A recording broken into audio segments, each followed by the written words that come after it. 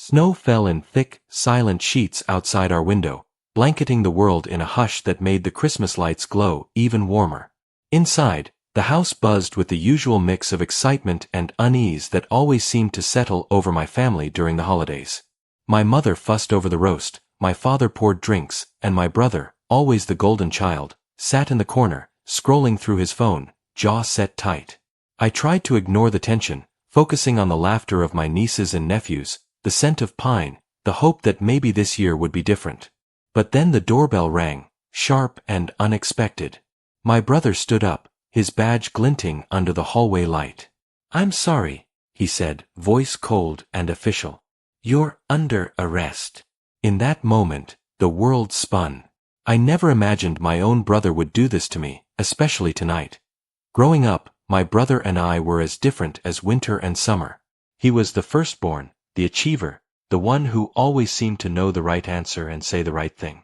I was the quiet one, the dreamer, the kid who colored outside the lines and got lost in books. Our parents never meant to play favorites, but it was obvious who wore the invisible crown. Every report card, every family dinner, every holiday, the comparisons were there, subtle, but sharp enough to leave scars. My brother's successes were celebrated, my small victories barely noticed. Over time, a wall grew between us, built from years of rivalry and silent jealousy. I tried to reach him, to bridge the gap, but he always kept his distance, his pride a shield I could never break through. Even as adults, the old wounds lingered. He became a police officer, the family's pride and protector, while I struggled to find my place. I sensed his resentment, the way he looked at me like I was still that lost kid. We fought, we forgave, but the tension never truly faded. But I never thought it would come to this.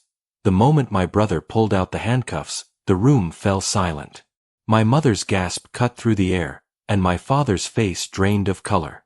I could feel the eyes of my family burning into me, confusion and disbelief swirling in the space between us. My brother recited my rights in a voice I barely recognized, flat, rehearsed, as if I were just another name on a list. I tried to speak, to ask what was happening, but he wouldn't meet my eyes. The neighbors, drawn by the flashing lights outside, gathered on their porches, whispering behind gloved hands. I felt exposed, stripped of dignity, as my brother led me out into the cold, the snow crunching beneath our feet. The world I knew seemed to collapse with every step. In the back of the squad car, I pressed my forehead to the glass, watching the house, my home, fade into the distance.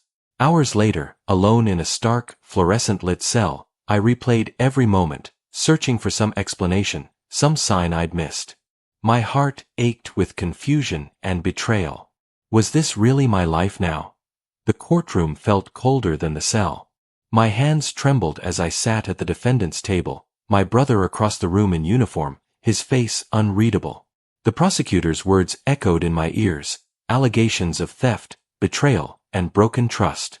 My brother's testimony was methodical, every detail delivered with the precision of someone who'd rehearsed this moment 100 times. He spoke of evidence, motive, opportunity, painting a picture of me as someone I barely recognized.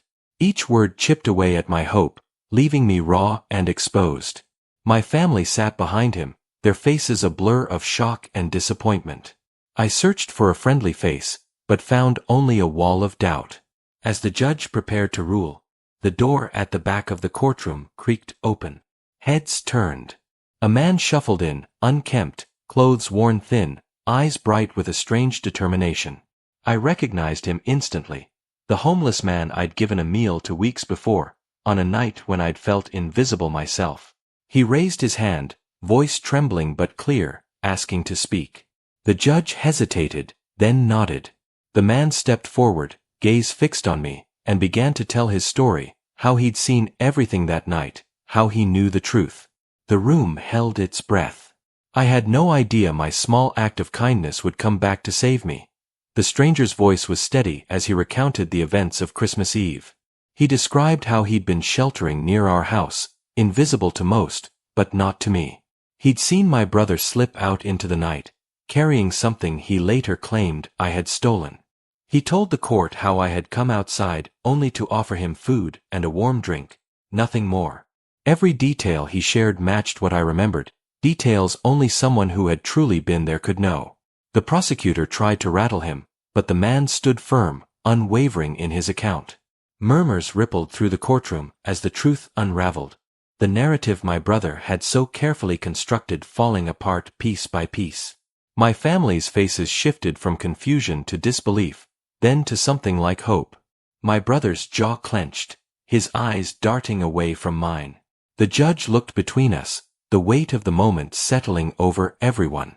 I felt a surge of relief and heartbreak all at once. Would my brother finally admit the truth? The judge's gavel fell, and with it, the weight I'd been carrying for days finally lifted. I was cleared of all charges. My family rushed to my side, their apologies tangled with tears, but my eyes were fixed on my brother. For a long moment, he couldn't meet my gaze. When he finally did, I saw the regret and shame he'd tried so hard to hide. My parents confronted him, voices trembling with hurt and disbelief, but I found myself feeling something unexpected, compassion. I realized that his actions, as cruel as they were, had been shaped by years of rivalry and pain neither of us had ever truly faced. As we left the courthouse, I thanked the stranger who had spoken up for me, his gratitude shining through a tired smile. That night, I sat quietly, letting the events settle in my heart. I thought about how a simple act of kindness had come full circle, saving me when I least expected it. Sometimes, the people we help are the ones who save us.